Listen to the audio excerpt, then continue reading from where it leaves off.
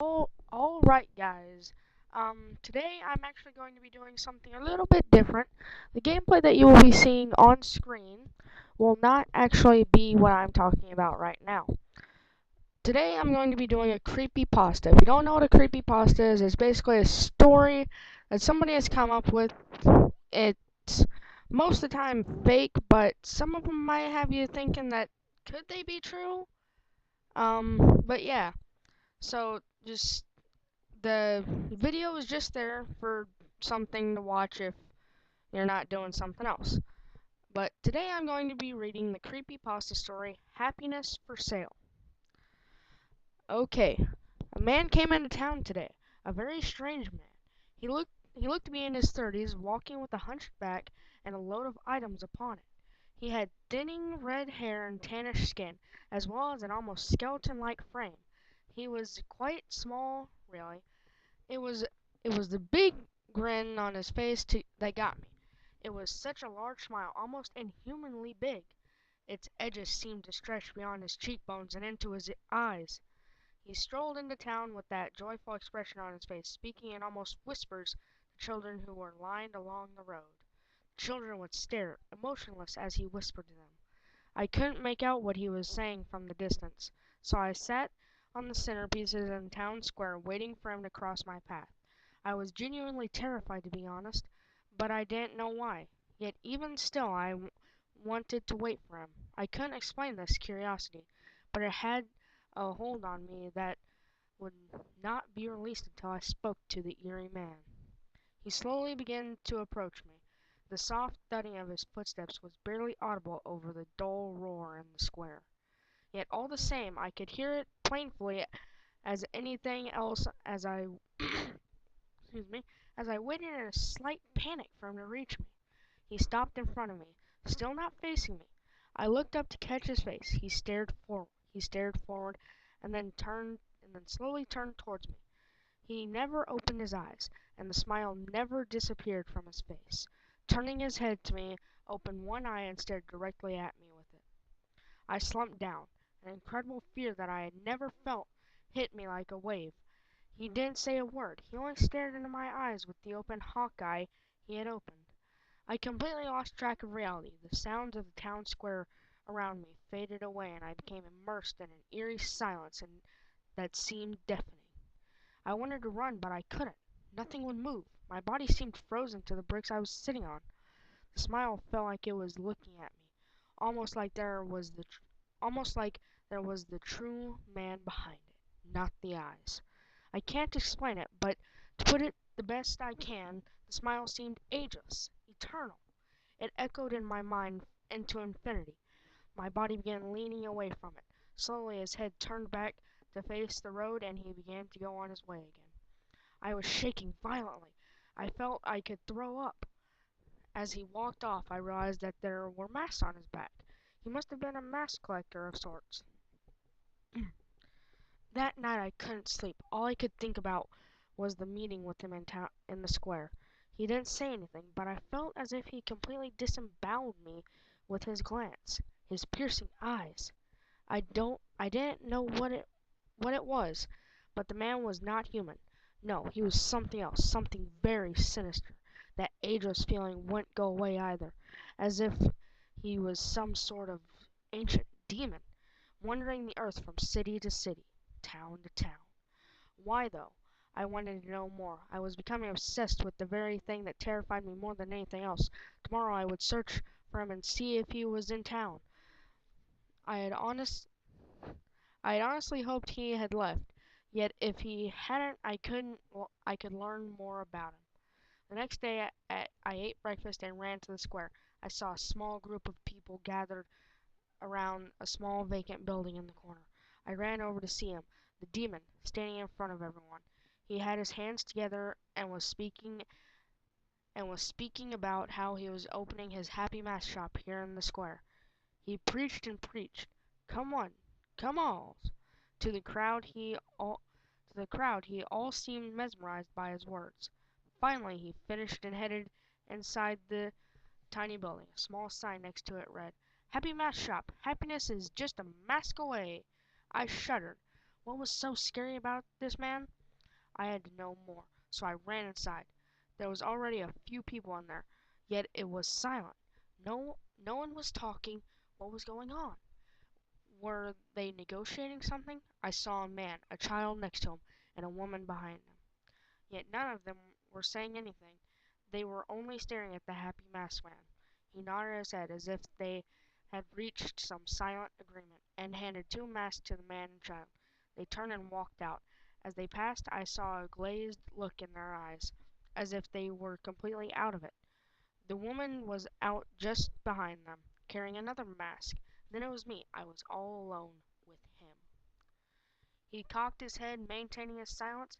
He wanted me to speak, so I did, asking him about his shop, as well as where he came from. Silence. He didn't say anything. He just kept grinning. I was beginning to become irritated, yet simultaneously more frightened, too. I stepped back towards the door and asking him to answer me. Just then a child walked in. He was a boy, not over 5 years old. He walked up to the happy masked man. The man stood there and hunched over to the boy. The boy held out his hands, expecting a mask, perhaps.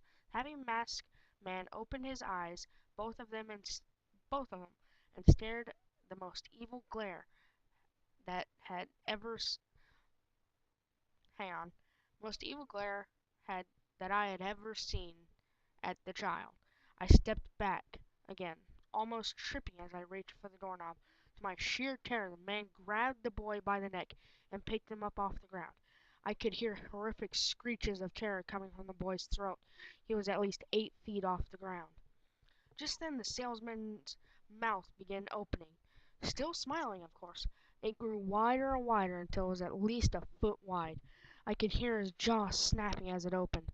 Horrible and inhuman sounds began coming from him as he raised the child higher. Then all of a sudden the child was halfway down the salesman's throat. I screamed as I could see the boy's legs kicking in the salesman's mouth. Slowly but surely they slid down and disappeared. The boy was gone. I began crying hysterically, yet I still couldn't move. He turned to me, his mouth still hanging wide open.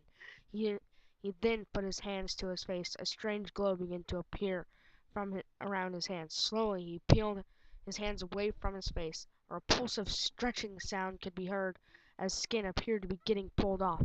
He arched his back farther and farther until his hands were separated from his face by a clump of flesh at least 2 feet long. This man, no, this thing, was an absolute monster. The flesh tore off, leaving the same grinning face as he he stood there with a mass of skin in his hands. Slowly the skin began molding and contorting. I backed into the corner. What the heck was going on? Before I knew it, the skin had turned into a small shape in his hands. He held his hand out, showing me his new prize. It was the child's face. He made a mask out of flesh. The horror hit me and I began vomiting into my lap. I heard a small chuckle coming from the salesman. No, no, I had to get out of here. I got I got up and ran for the door. Upon grabbing the doorknob, I heard one more thing. Do you want a mask, my boy? Tears were streaming down my cheeks as I was sobbing and running across the town square. I could hear people gasping and shrieking as I ran by. I'm sure I was a poor sight, a child covered in blood and vomit. I didn't care, though. That thing there was a demon. I ran to my house and ran straight to my room. Both of my parents were out. I sat there for what must have been hours, rocking back and forth covered in filth. Finally I got up and looked out the window. The small building was still there, but no one was going into it. The sign was gone. To this day I have no idea what happened or what I experienced. I've never told anyone because I know no one will believe me. I washed myself and tried to continue my life as normal after that day. The happy mask salesman was gone. I even asked around town and people all claimed they had they either had no idea what I was talking about or they weren't sure. Dead ends were everywhere. Had it been a dream? No. I I would not make up something like that. And I pity all those who may experience him in the future. That monster, that thing. May the gods protect all who come into his path. It's been a few years now. A lot has happened since then, but he has never come back. and I dread the day more than anything when he may. If he does, I'll be sure to stay clear. If you see a man in your hometown claiming to sell masks, a man who looks off and seems to be hiding something sinister, stay away from him. He isn't human. Whatever he no, it is. It is the very essence of evil itself. Well, all right, guys, that was happiness for sale. Um, yeah. Did you get scared by that? I know I got a bit creeped out, but you know, do you really think that this is possible? If so, write it down in the comments. I will be checking to see who thinks it is possible and who thinks it's not. Because did anybody else get that feeling that he was talking about the Happy Mask Salesman from Zelda? Yeah, and I'll include a link to this in the description. So if you want to check it out and read it for yourself, um, go right ahead. But yeah, what would you if you would change anything in this? What would you change? Um, yeah. So wow. Actually, reading this was a bit harder than I thought because well, reading out loud. First of all, I wasn't trying to be fast, but I was reading pretty fast. Um, so yeah, and about halfway through, somebody has started to decided to start up something. So I had this real creepy sound, like a bzzz sound.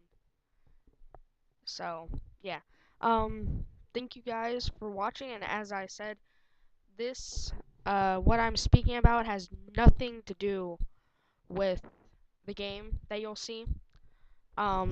Just so you know, yeah. So yeah, thank you guys for watching. And this has been Captain Yogi Bear, and I'm out.